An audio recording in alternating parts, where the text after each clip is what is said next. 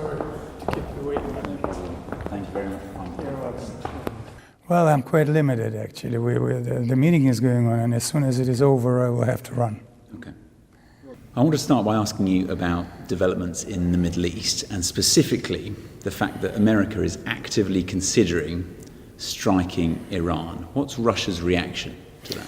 Well, we think that the situation is extremely tense, and it's dangerous, not only for the region, but globally wise. And enlargement of the geography of the conflict, enlargement of the composition of participants of the conflict potentially is extremely, even more dangerous. This is our attitude, and it will lead only to, let's say, another circle of confrontation and escalation of tension in the region. Potentially, it's extremely dangerous. And how concerned are you about the prospect of regime change in Iran? Well, you know, yesterday this question was asked to President Putin when he talked to news media chiefs. It's a valid question, surely. Yes, and he said that I even don't want to speak about that, he said. So it's unimaginable. It's unimaginable, and it should be unacceptable. Even talking about that should be unacceptable for everyone. But it is being talked about. Unfortunately. Donald Trump has been openly speculating about it. What do you make of that language? Is it irresponsible, inflammatory? Well, he never said about a definite decision on that. But he's speculating about killing Iran's supreme leader. We would rather not do that by ourselves. If it were to happen, though, that Israel assassinated Ayatollah Ali Khamenei with US assistance, how would Russia react? Very negatively. Very negatively. We will strongly disapprove it. Would it prompt any action? Well, actually, it will lead to an action coming from inside Iran. Iran's society is very well organized and very well consolidated, and it will lead to birth of extremist moods inside Iran. And those who are speaking about that, they should keep it in mind. They will open the Pandora box. We did a lot of mistakes, and we did open lots of Pandora boxes through the last decade. Why should we do another mistake? Now, Russia has offered to mediate the conflict, but it seems like Donald Trump has spurned Vladimir Putin's offers. He said that he told the Russian president, "Do me a favor, mediate your own conflict." What's Moscow's response to that? Well, as a matter of fact, we're not insisting that we should mediate. We just saying that we have a potential to mediate. Should it be necessary and should it be wanted by countries involved, now we're speaking about Israel and Iran, then we'll be ready, because yes, we have a relationship of strategic partnership with Iran, and we have quite a working, constructive relationship with Israel.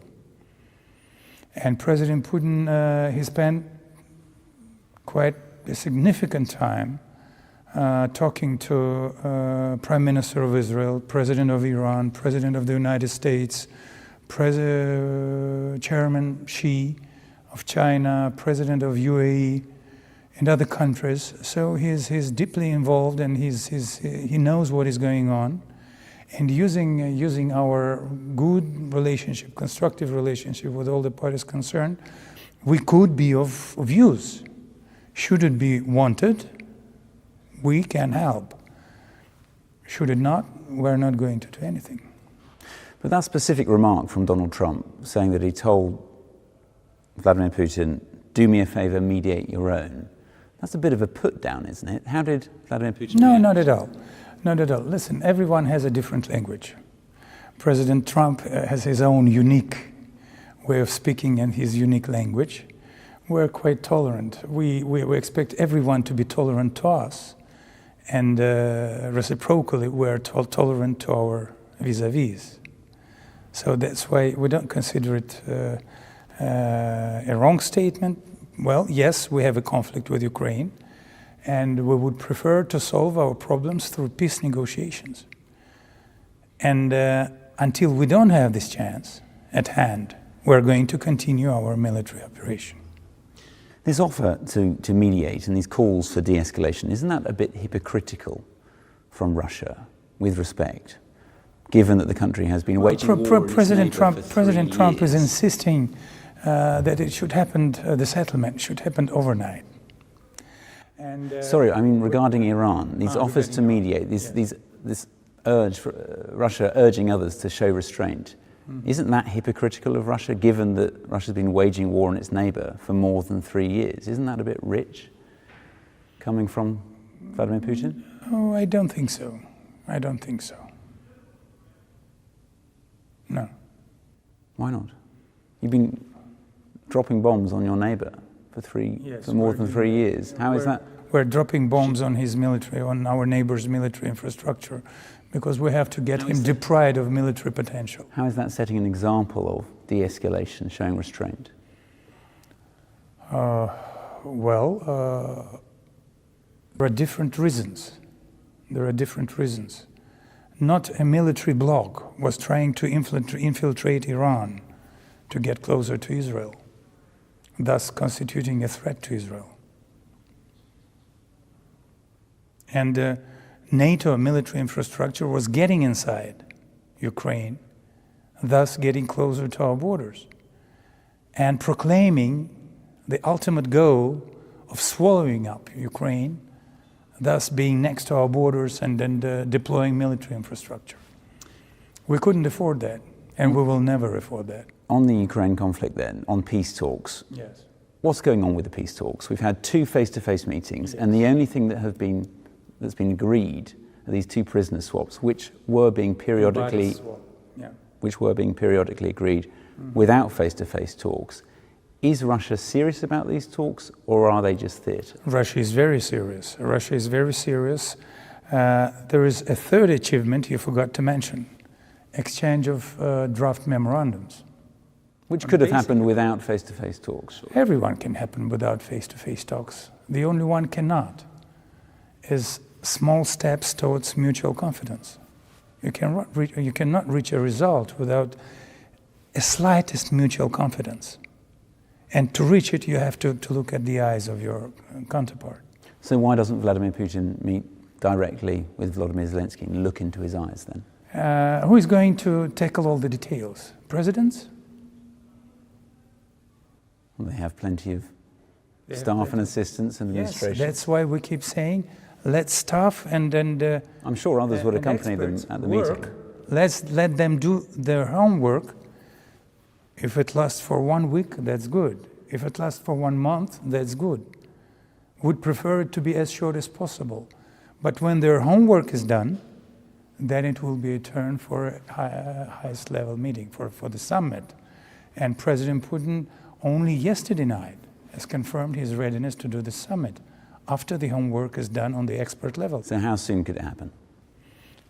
It depends on the results. Next week we'll be waiting for agreement on the dates of a third round of expert negotiations. Let's wait and see what is going to happen. We'll have to exchange our reaction, mutual reaction on the memorandums drafts.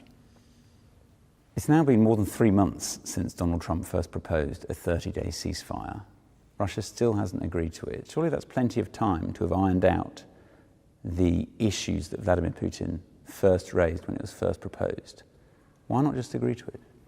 Well, because there are lots of issues to be tackled before announcing a ceasefire. So if the ceasefire is on, who is going to do monitoring? These are the same issues that were raised more than 3 months ago. Why haven't those questions been answered? No. Why not? Who answered those questions? No, I'm asking why haven't they? If you're serious about... Will the United States, Great Britain and NATO countries continue military support, hourly military support to Ukraine after the ceasefire? Will shipments of armaments continue to Ukraine, or will they stop? Will Ukraine continue mobilization?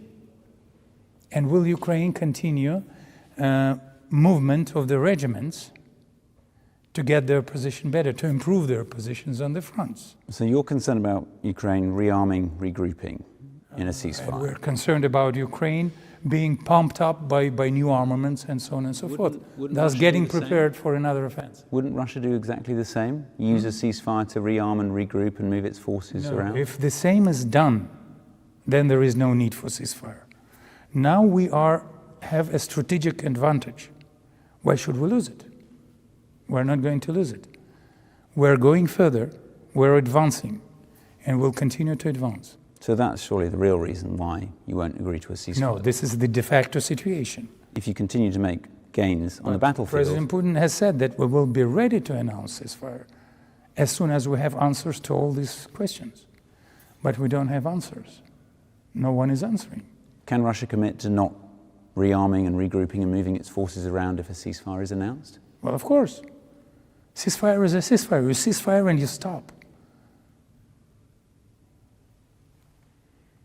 But America is not saying that. We'll quit any supplies next second. Great Britain is not saying that as well. France is not saying that as well. But you're giving your commitment here. And Russia would do most that. commanders are not saying that as well. This is the problem. How realistic is it that the war will end this year? We hope for the best. We would like the war to end tomorrow or even tonight. What chances do you give it, though? Do you know what is going to happen tomorrow in modern world? No, you don't. Either do I. Just on Russia-US relations, there's a lot of talk at the forum and a lot of speculation about the prospect of lifting sanctions and US companies returning. How likely is that, do you think? Before the settlement, it's very much unlikely. But together with the settlement, it is likely. Thank you. Thank you very Bye. much. See you. Давай мне бумажки.